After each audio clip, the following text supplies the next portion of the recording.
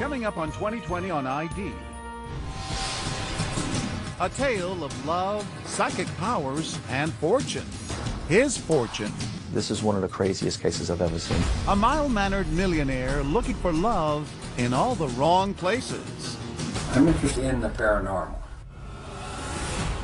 And the psychic happy to connect with his money. $1 million turned into $2 million, turned into, $4 million. I've never worked anything like this in my career. A criminal genius with a great school education. A mysterious stranger with a deep, dark secret. She approached him and asked him if his name was Ralph. And a baby named Giorgio Armani. He bought them fancy cars, luxury homes, and five-star vacations. $1,000 shoes and $2,000 suits. They lived to excess in every way. They traveled from the Pacific Northwest to Las Vegas and the capitals of Europe. Oh, yeah. It's a Casino Royale, baby. They left him with nothing. What I was looking at was devastation. And now they're on the run. The bags were packed. We found 2 different sets of blonde wigs. They had gotten rid of their traceable iPhones and had disposable phones. The sweetheart swindle. Welcome to 2020 on ID. I'm John Quinones. Lots of people go to psychics. Some want advice on their love life. Others want to learn what their future holds. It seemed the future of Ralph Raines Jr. held a lot of good luck. Soon after meeting his psychic, he had a new handyman, a wife, even a child. But as David Wright first reported in 2015, that psychic could predict his future because she was creating it.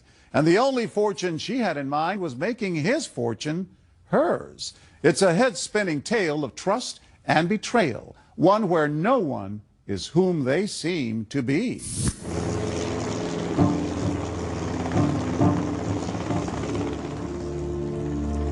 Imagine you're all alone in the world, living deep in the woods. No spouse, no children, no close friends to confide in. Nobody, but maybe an elderly parent who's always been hard on you.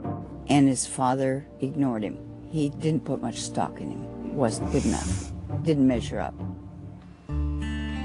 That was the life of Ralph Raines Jr., a lonely bachelor from Gaston, Oregon, population 660. He grew up on the family tree farm, an only child.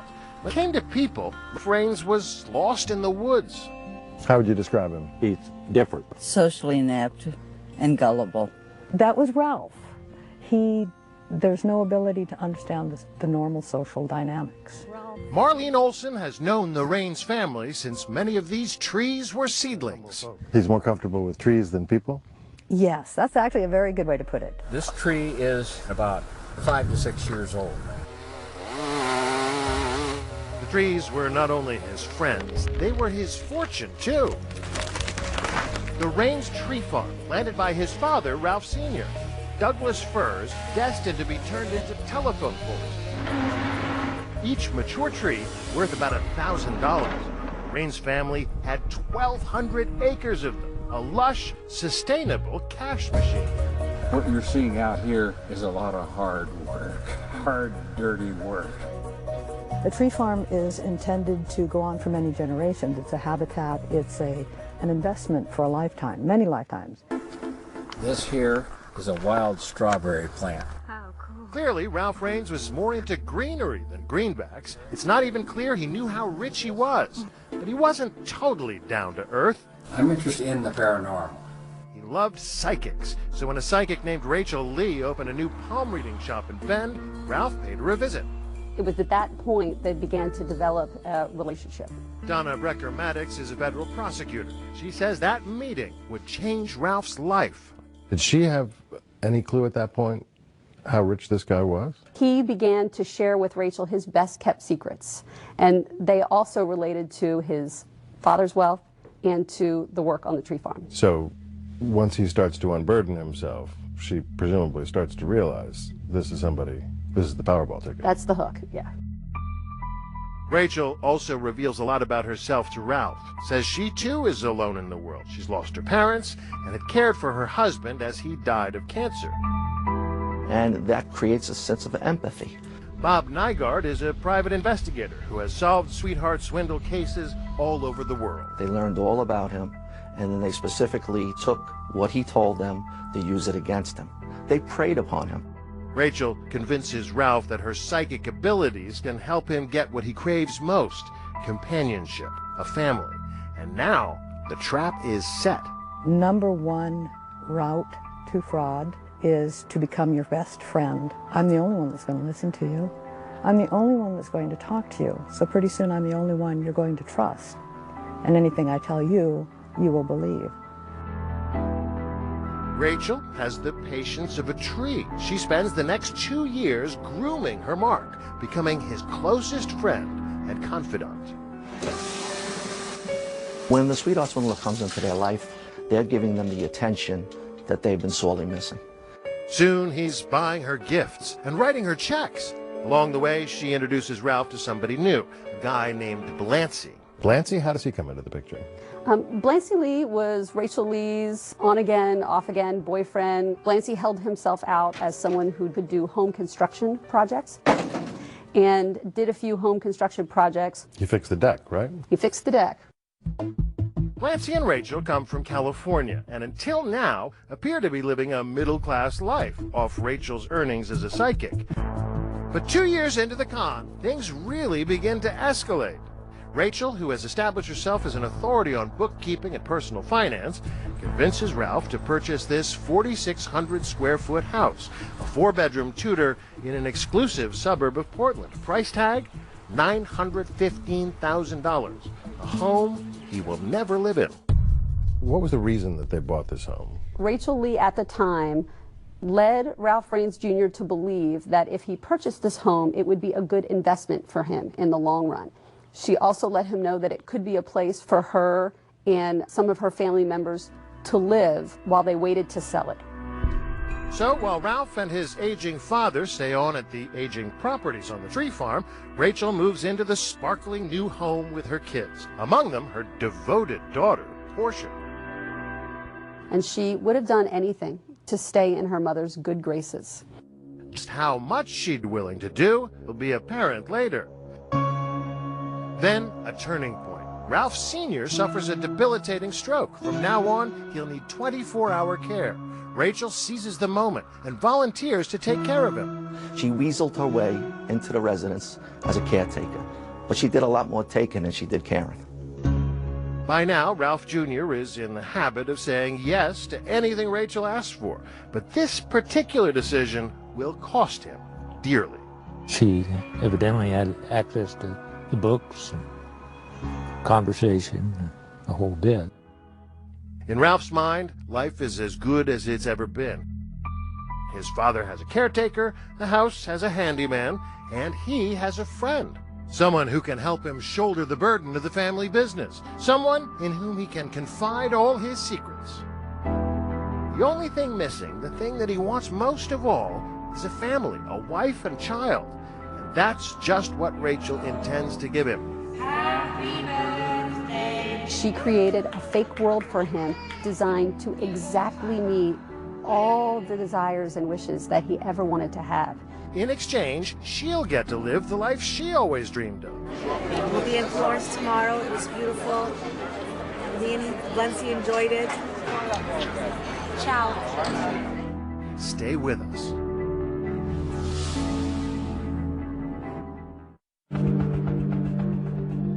For Ralph Raines Jr., lonely heir to a timber fortune, life finally seems to be looking up. He's developed a close relationship with a local psychic, Rachel Lee. Soon, she's become his bookkeeper and trusted confidant. But there's still one thing missing in Ralph's life. And Rachel Lee has a solution for that, too. Once again, here's David Wright. The plot thickens at Portland International Airport one bright October day in 2007. Ralph Raines is on his way home from a timber convention. He calls Rachel Lee for a ride home, but secretly she has other plans to take him for a ride. Her devious plot about to deepen in a big way. He was instructed by Rachel Lee to sit outside on one of the benches. Ralph likes blondes with fair skin. Rachel knows that from all their private conversations, so the psychic is about to play matchmaker. She found his dream girl. She did. She created it. An attractive stranger sidles up to the bench, a blonde with a British accent who introduces herself as Mary Marks. She approached him and asked him if his name was Ralph. He said yes and was somewhat surprised by that. And from there they engaged in a conversation. On that airport bench, she tells Ralph she has psychic powers too. She offers to give him a reading. Armed with a few details secretly provided by Rachel, the reading is spot on. Ralph Raines Jr. is hooked. Mary Marks tells Ralph the occult is just her hobby. She's a bookkeeper by trade. She explained to him that she was actually a British citizen that was here in this country, and that she could potentially help him with the finances for his business. Sure enough, she's soon up at the tree farm, helping Rachel out with the books. Old Ralph thinks the two women, who he thinks have never met before, will act as checks and balances him, one keeping an eye on the other. Instead, Ralph now got two financial femme fatales on the books. They were taking over the management and the bookkeeping. You give up everything and you let somebody else control you? Why the British accent? Mary Marks tells Ralph she needs a green card, and eventually he agrees to marry her, all thanks to Rachel's matchmaking. Rachel Lee had all the information she needed to craft the exact fake lifestyle that this victim desired more than anything else. And that included a fake wife and eventually a fake child. The couple doesn't actually live together, the excuse being that Mary Marks needs to spend most of her time in California because of her full-time job. Did they have a romantic relationship? We have no reason to believe that they did have a romantic relationship. They never consummate the marriage, but that doesn't stop Mary Marks from convincing Ralph to father a child with her through artificial insemination. She convinces Ralph she's pregnant with his son and even wears a fake baby bump. She goes back to California to give birth and returns months later, presenting him with a real baby. Ralph is led to believe that's his son, the baby growing up to believe he's daddy. Dada. He misses you, and he wants you to know it, and he wants to talk to you. Talk to Mom. What does that video say to you? That video says to me that he truly believed that this was his son and that he loved and missed his wife. And here's the kicker. The little boy, supposedly the son of this Oregon tree farmer, is named Giorgio Armani. Crazy. Mm-hmm. Well, it's a very Rodeo Drive name, I suppose. It tells you about what they had on their mind, what was important to them. Giorgio and I sure miss you.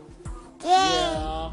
Ralph revels in his newfound romance and the joys of family life. Happy birthday to you. Give it one more time, Ralph. These images tell a poignant story. A happy, growing family posing for holiday pictures, smiling on trips to the pumpkin patch, sharing tender moments between father and beloved son. Giorgio and I are sending you this picture so you can kind of see how he's doing. All of it a mirage. Meanwhile, Rachel is free to indulge her first love, money, along with her boyfriend Blancy, who's been posing as Ralph's handyman. 3.5 years into the con, she receives the key to the treasure chest. The victim turned over control of all of his financial accounts to Rachel Lee. Power of attorney papers are drawn up, giving Rachel the power to manage every aspect of Ralph Jr.'s life and finances. Once they get the power of attorney, that then enables them to move into the financial picture and start to liquidate all the assets and fleece the victim out of their life savings. Rachel sells off stocks from the Raines portfolio and deposits the money in the corporate account.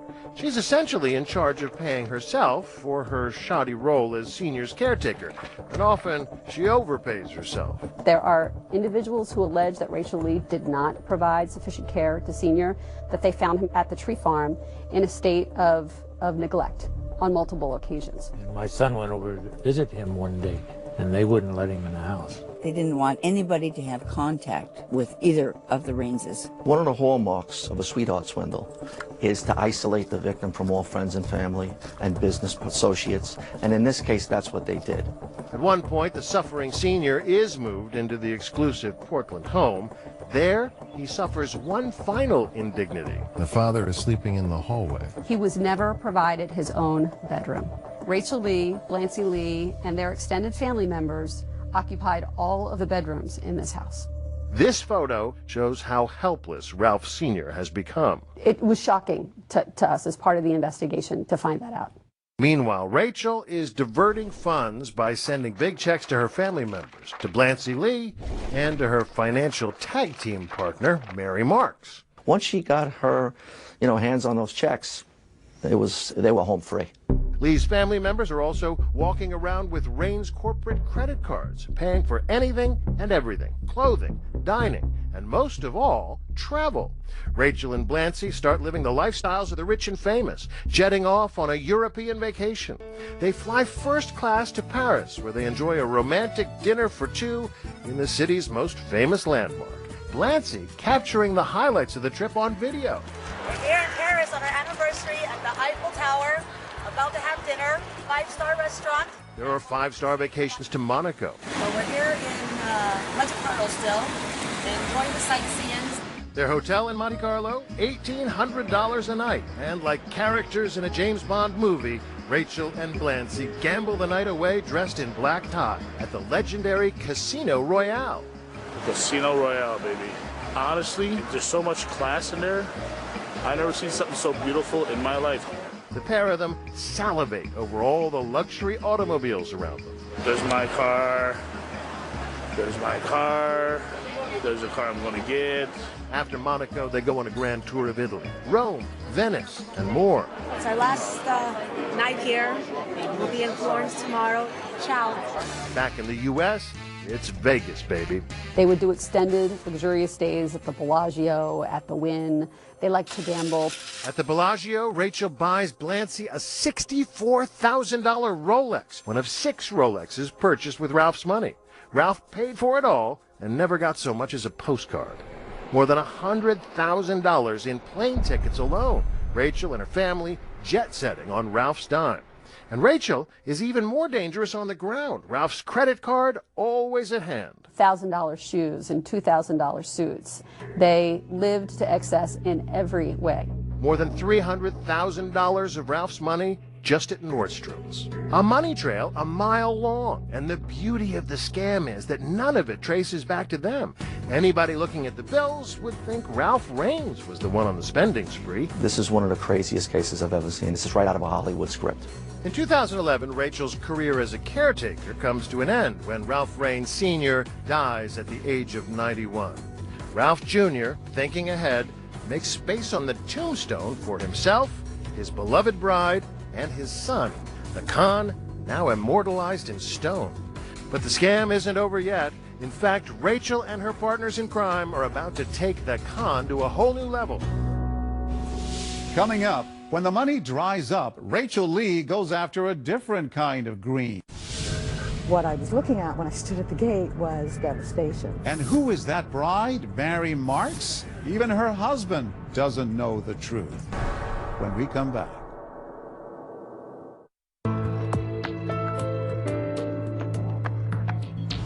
Ralph Raines Jr. has turned control of all his financial accounts over to Rachel Lee. And she's wasted no time in spending his money on lavish trips and expensive gifts. But Lee and her partners in crime are about to regret flaunting their newfound fortune. David Wright picks up the story. I'm Liz Crothers. I'm a detective with Portland Police. Detective Liz Crothers sees the world through cop's eyes, even when she's just driving to work. I live outside of a town called Candy, and I drive through there every day.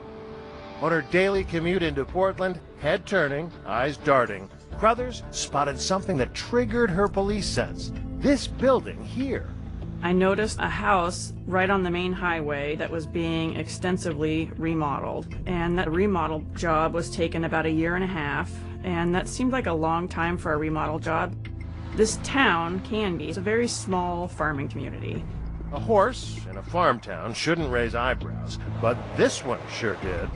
I saw some expensive cars parking next to the house, in particular a white Ferrari. So for a Ferrari to show up in this town, it really stuck out. Crothers, a 22-year veteran on the job, works white-collar crimes. But at this point, there's no obvious crime and no complaint, just one cop's hunch. So it didn't really make a lot of sense for that kind of money to be dumped into this dumpy little house.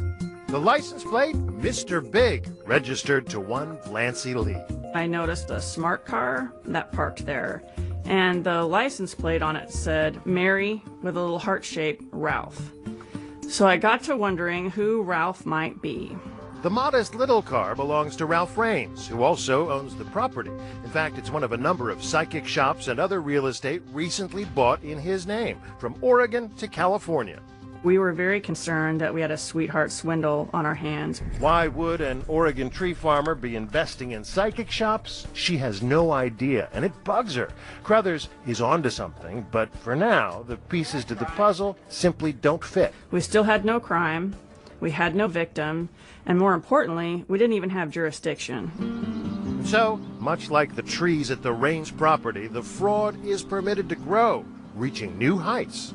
Rachel, a woman with only a grade school education, acts like she has an MBA and a PhD in psychology. She's a master manipulator, wheeling and dealing with lawyers, accountants, and realtors, all the while reassuring Ralph that everything is under control. Then, a year and a half later, a chance encounter changes everything. Detective Carruthers is at a training seminar, and she happens to sit next to another detective. And at one of the breaks, we got to talking, and he mentioned that he was from Canby Police Department. That detective is 28-year veteran Steve Floyd, computer forensics, his specialty. And I very flippantly sort of asked him, what are you going to do about that psychic shop right in your backyard? Floyd is drawn to the case in part because his dad was a victim of elder abuse. The house was being fully remodeled, high-end stuff. There's another person there too, Raines' family friend Marlene Olson, who grew up logging in Oregon. Now she works for the Department of Justice. And I turned and said, Ralph Raines, Raines Tree Farm? Marlene popped up and said, Ralph Raines? I know him. I know that property. I used to be a logger. In fact, I used to go walking all over Ralph Raines' tree farm. What are the odds that the three of us would be in the same place at the same time? From that chance encounter, an unofficial task force is born. They bring in Cameron Wall from the IRS to dig deeper into the finances. The unit now has the expertise, the jurisdiction, and the juice to turn this into a federal case. I've never worked anything like this in my career, and I don't expect to again. Because she used to work as a logger on the tree farm, Marlene Olson is asked to quietly poke around. She's stunned by what she sees. It still takes my breath away when I think about it. What I was looking at when I stood at the gate was devastation. There was no trees. That lush, sustainable ATM stripped bare. Whoever said money doesn't grow on trees never imagined a swindler like Rachel Lee. Once the investment accounts are liquidated and there is no money left in the investment accounts, Rachel Lee turned to the one asset that was left. That was the tree farm. Olson sounds the alarm. Ralph Raines Jr. hasn't just lost the trees, he's lost almost all the land. New owners, chainsaws whirling, slice and dice his departed father's legacy to pieces. With the sale, Rachel Lee has turned herself into an instant millionaire. She sold off that tree farm in 4 parcels that brought in $12 million in 1 year. Adding insult to injury, Rachel told Ralph he's flat broke. Rachel told him that he had to sell the tree farm to pay his inheritance tax. He says, Don, I don't know what I'm going to do. I'm broke. Which wasn't true. The man who spent his whole life tending these trees now watches his fortune fall. Ralph Raines ends up with just 2 slivers of land to provide for his wife and child, and he may not have those for long.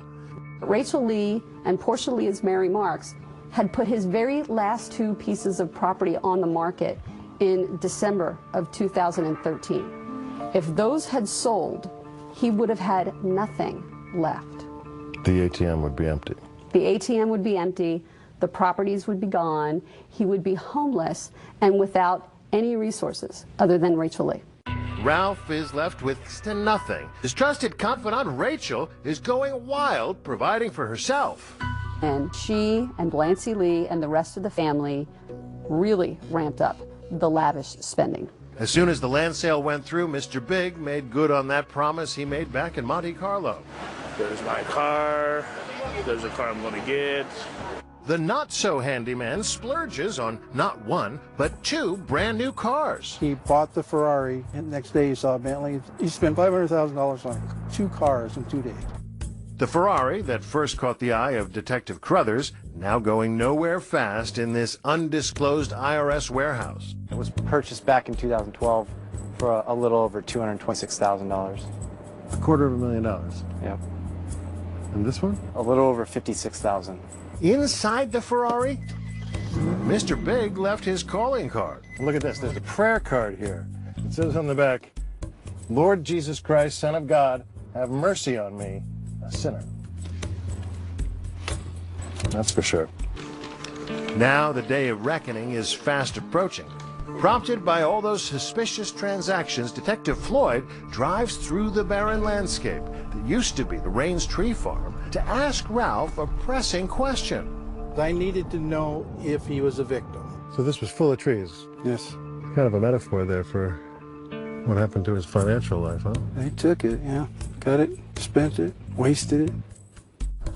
He knocks on the door and immediately asks, what does Ralph know about Rachel's creative approach to accounting? It started asking me, do you know that she's spending $230,000 on a Ferrari? When we return, Ralph's reaction. For the first time ever, the very private Ralph Raines goes public. Well, that is a weird story. And it's about to get weirder and maybe even deadlier. You were concerned that he was going to get killed. After all the money's gone, is he worth more dead than alive? When we return.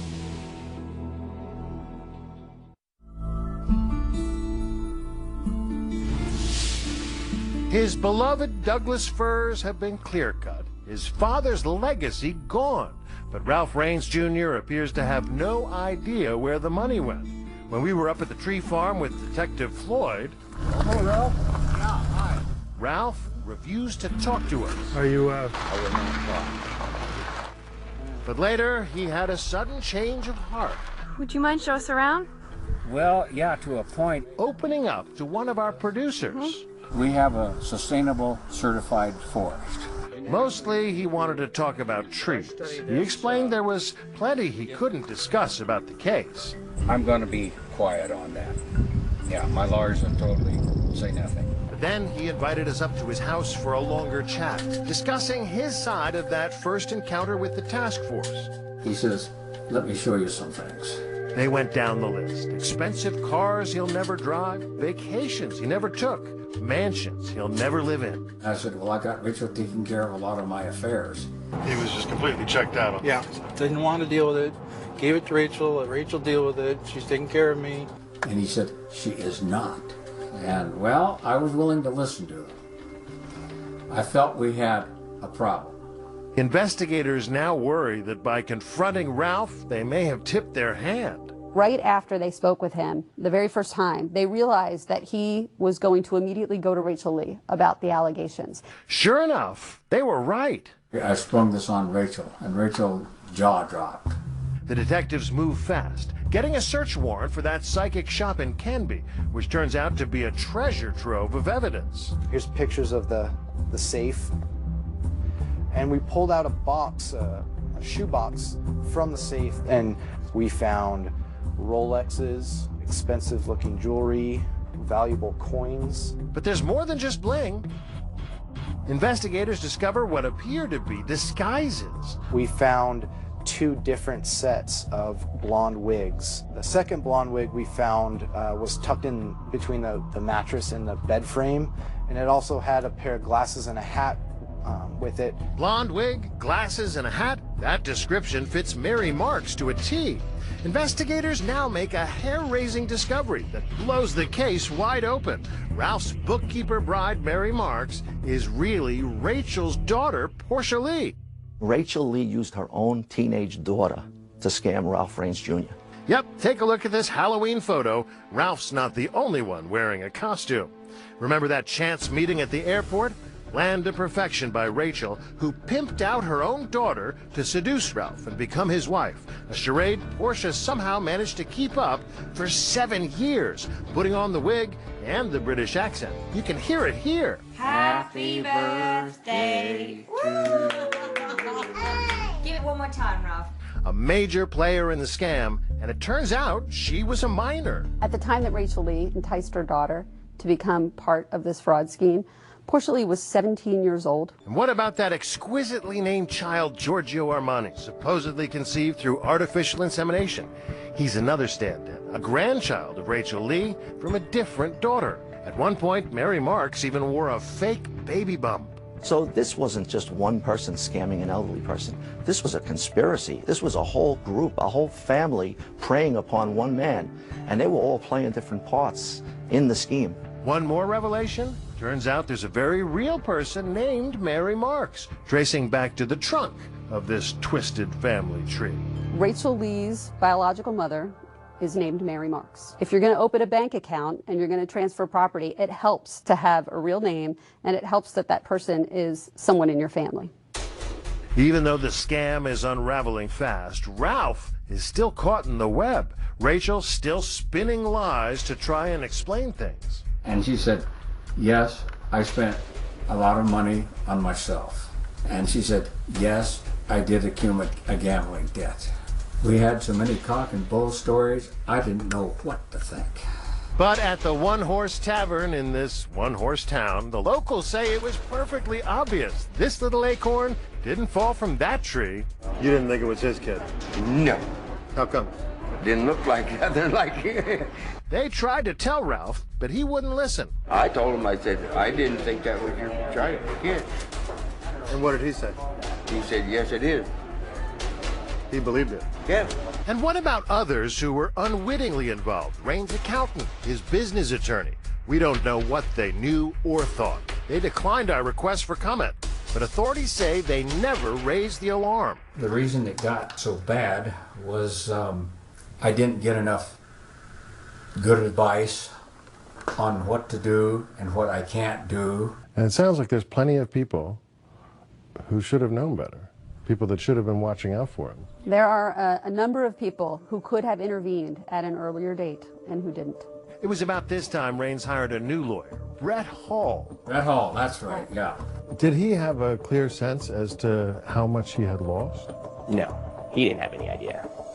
So Donna Maddox and the other special agents laid it out. They had a very impressive presentation. They had note cards that had dollar amounts on them. And the special agent would say, do you know so-and-so? Ralph would say, no. Well, you gave them $278,000 and slap it up on the wall. He did that for probably about a dozen people, and it ranged from $3,000 to several $100,000.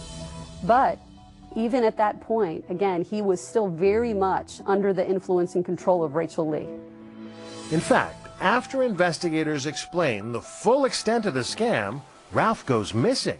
When Brett Hall can't get in touch with Ralph, he contacts the prosecutor. I said, Donna, if you don't take these people into custody, there's nothing I can do. There's nothing I can do. And he communicated to us that the only way that we could ensure the victim's safety at that time was to make sure that Rachel Lee was arrested. You were concerned that he was going to get killed. The victim's attorney was concerned for his client's safety. That's when the agents race up to Bend, Oregon, to the psychic shop where Ralph had his first consultation with Rachel a decade ago. Agents in bulletproof vests move quickly toward the house. Inside, they find Rachel and Portia, bags packed, looking like they're about to embark on a Thelma and Louise-style getaway. The bags were packed, and it looked like they were getting ready to leave. They had what we call burner phones. They had gotten rid of their traceable iPhones and had disposable phones. And Portia Lee had $36,000 in cash in her underwear. In her underwear? In 3 rolls in her underwear. No sign of Ralph in the psychic shop, but out back, in a separate building, they do find him, squirreled away and not at his best. I would describe it as disheveled. I had met him on 2 prior occasions, and he didn't recognize me, even when I introduced myself. Property owner Randy Sargent shows me the room where they found him, the heir to a multi-million-dollar timber fortune, living in a converted garage. Not exactly a multi-million-dollar home, huh? No, it's not. The IRS agents lead mother and daughter out in handcuffs. First Portia, then Rachel. Later, Blancy turns himself in. Prosecutors claim the woman took advantage of a Washington County farmer and burned through millions of dollars. If they hadn't been quite so greedy, Could they have gotten away with this? Absolutely. It is very possible that this fraud could have flown under the radar. If it hadn't been these giant $300,000 wire transfers or buying a $200,000 car, the government would have never known. And they could have done this right up until he passed away in 10, 15 years from now. Large TV there. On a walk through the house, the items they left behind tell their own story. We notice a picture, a smiling Ralph Raines Jr. with a young boy he loved like a son. We did a lot of things together. I have very good memories from them. Up next, Judgment Day for the scammers. Mary Marks unmasked. And then she took it all. Correct. But even now, with the scam exposed, Ralph Raines is still in love with Mary Marks, his bogus bride.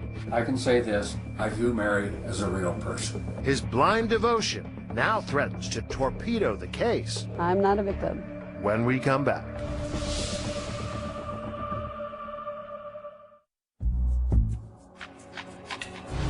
The federal courthouse in Portland, Southwest Salmon Street. Ralph Raines is a fish out of water, now almost bankrupt by the family of fraudsters he bankrolled. The amount they stole from him is staggering, more than $15 million. But astonishingly, he doesn't blame them. I have very good memories from them. We did a lot of things together, and with my dad and Giorgio. That sentiment made the prosecutor's job harder. As they were working to win a conviction, Ralph was writing them notes like this one, insisting, "I'm not a victim." There's that handwritten note. I'm not a victim. We were not surprised at all that Mr. Raines would come in multiple times to cover for Rachel Lee. The handwriting is Ralph's, but the words come straight from Rachel. When Rachel Lee realized that the meeting that Mr. Raines had with agents hadn't stopped our investigation, it was then that she began to work with him to craft the letter that you referred to. How's that possible? For 10 years, Rachel Lee brainwashed Ralph Raines Jr. It's unclear what he understood at the time. Raines is so fragile, the prosecutors offer a plea deal to the defendants in the hopes of recouping some of the stolen assets. If we had decided to proceed to trial, we could have gotten much more serious sentences. However, had we done that, we would have dragged this process out for a very long time. And that felt like re-victimizing Mr. Raines again. At the sentencing hearing, Raines actually takes the stand, raising his right finger high to prove to everyone he still loves his wife, even though she and her family took him for all he was worth. And he's still wearing his wedding ring. Yes, that's the most heartbreaking of all. Maybe the day he takes it off, we can all breathe a sigh of relief. He hasn't taken it off yet. Mary gave me the ring. I view myself as I was married to her. That, even after an unorthodox meeting just prior to Portia Lee's sentencing. Ralph Raines Jr. had never before seen Mary Marks out of disguise, so the prosecutors agreed to a sit-down where the bogus bride would reveal all. She wore the hat and the wig, and then she took it off. Correct. But he's still not convinced.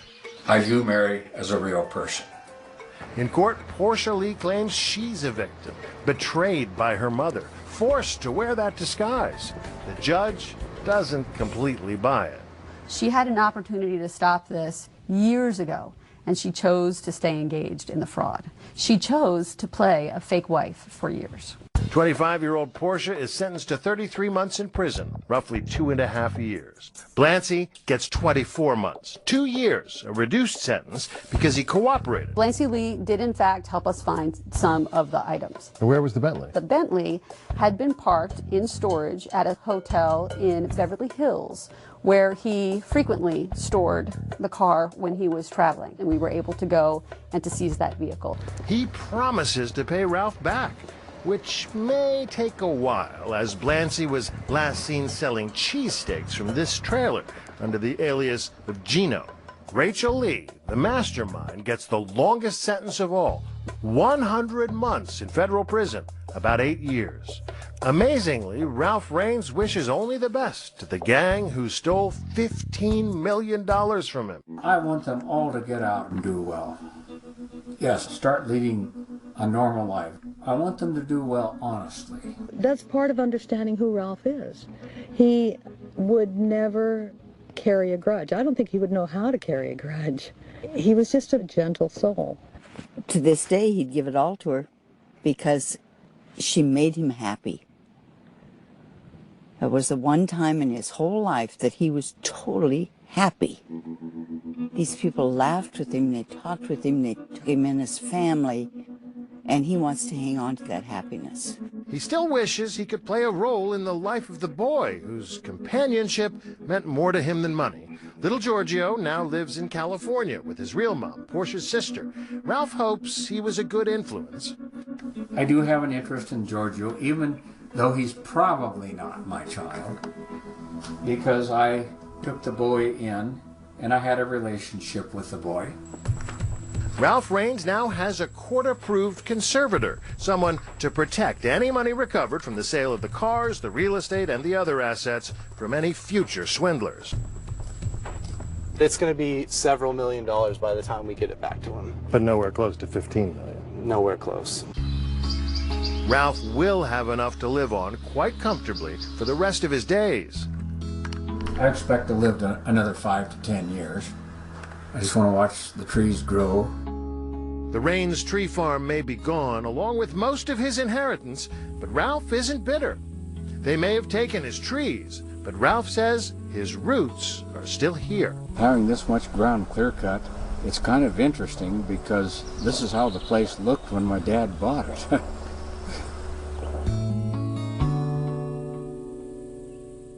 The land Ralph Raines Jr. lost has been replanted, but it'll take another 40 years before the trees are ready to be cut again.